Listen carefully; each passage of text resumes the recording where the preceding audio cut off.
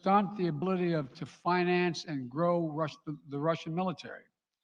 We're going to impose major, and we're going to impair their ability to compete in high-tech 21st century economy. We've already seen the impact of our actions on Russia's currency and the ruble, which early today hit its weakest level ever in history. The Russia stock market plunged today. The Russian government borrowing rate spiked by over 15%. In today's actions, we've now sanctioned Russian banks that together hold around $1 trillion in assets. We've cut off Russia's largest bank, a bank that holds more than 1/3 of Russia's banking assets by itself, cut it off from the U.S. financial system. And today, we're also blocking 4 more major banks. That means every asset they have in America will be frozen. This includes VTB, the second largest bank in Russia, which has $250 billion in assets. As promised, we're also adding the names to the list of Russian elites and their family members that we're sanctioning as well.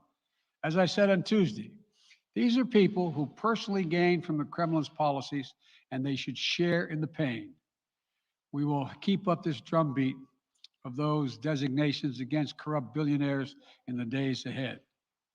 On Tuesday, we stopped the Russian government from raising money from U.S. or European investors. Now we're going to apply the same restrictions to Russia's largest state-owned enterprises, companies with assets that exceed $1.4 trillion. Some of the most powerful impacts of our actions will come over time as we squeeze Russia's access to finances and technology for strategic sectors of its economy and degrade its industrial capacity for years to come. Between our actions and those of our allies and partners, we estimate that we'll cut off more than half of Russia's high-tech imports. It will strike a blow to their ability to continue to modernize their military. It'll degrade their aerospace industry, including their space program. It'll hurt their ability to build ships, reducing their ability to compete economically. And it will be a major hit to Putin's long-term strategic ambitions. And we're preparing to do more.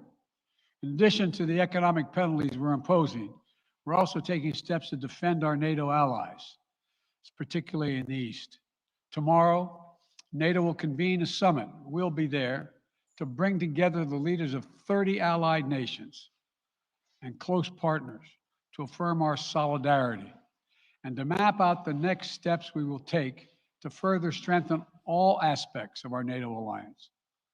Although we provided over $650 million in defensive assistance to Ukraine just this last year, let me say it again. Our forces are not and will not be engaged in the conflict with Russia in Ukraine. Our forces are not going to Europe to fight in Ukraine, but to defend our NATO allies and reassure those allies in the East.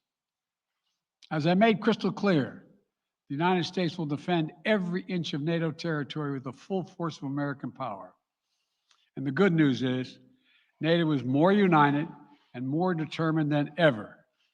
There is no doubt that the United States and every NATO ally will meet our Article 5 commitments, which says an attack on one is an attack on all.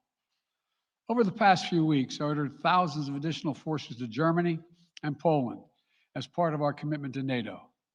On Tuesday, in response to Russia's aggressive action, including its troop presence in Belarus and the Black Sea, I've authorized the deployment of ground and air forces already stationed in Europe to NATO's eastern flank allies, Estonia, Latvia, Lithuania, Poland, and Romania. Our allies have also been stepping up, adding the other allies, the rest of NATO, adding their own forces and capabilities to ensure collective defense. And today, within hours of Russia's unleashing its assault, NATO came together and authorized and activated an activation of response plans. This will enable NATO's high readiness forces to deploy and when and where they are needed to protect our NATO allies on the eastern boundaries of Europe. And now I'm authorizing additional U.S. force capabilities to deploy to Germany as part of NATO's response, including some of the U.S.-based forces that the Department of Defense placed on standby weeks ago.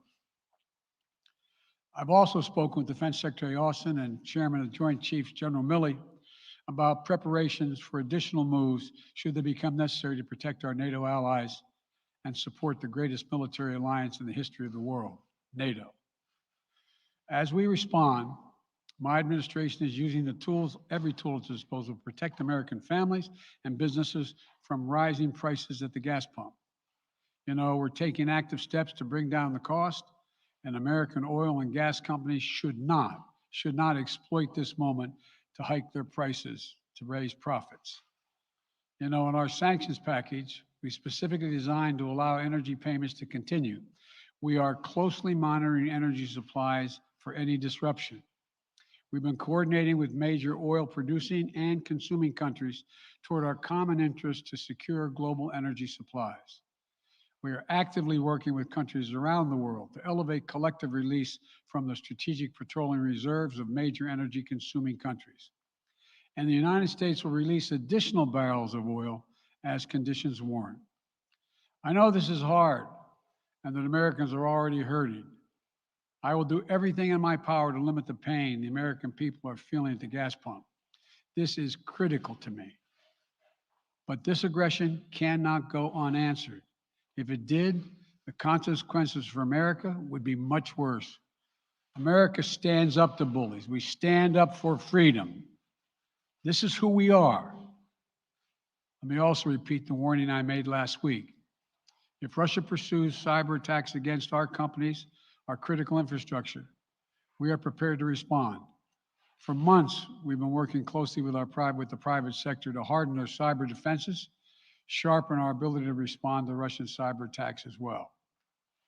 I spoke last night to President Zelensky of Ukraine, and I assured him that the United States, together with our allies and partners in Europe, will support the Ukrainian people as they defend their country. We'll provide humanitarian relief to ease their suffering. And in the early days of this conflict, Russia propaganda outlets will keep trying to hide the truth and claim success for its military operation against a made-up threat. But history has shown, time and again, how swift gains in territory eventually give way to grinding occupations, acts of mass civil disobedience, and strategic dead ends. The next few weeks and months will be hard on the people of Ukraine. Putin has unleashed a great pain on them, but the Ukrainian people have known 30 years of independence. They've repeatedly shown that they will not tolerate anyone who tries to take their country backwards. This is a dangerous moment for all of Europe, for the freedom around the world. Putin has committed an assault on the very principles that uphold the global peace.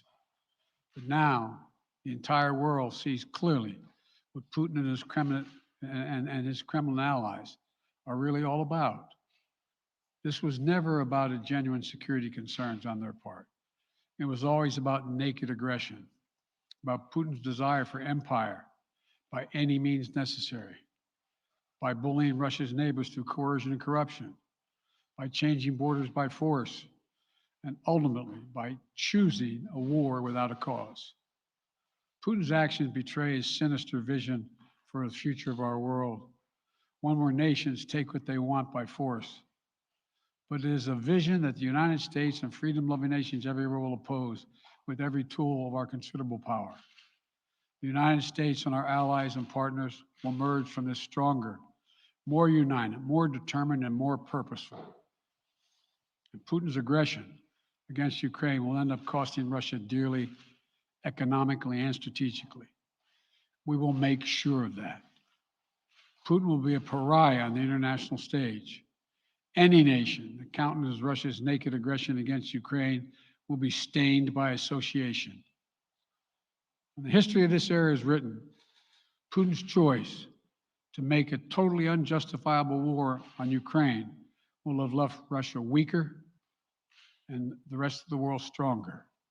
Liberty, democracy, human dignity, these are the forces far more powerful than fear and oppression. They cannot be extinguished by tyrants like Putin and his armies.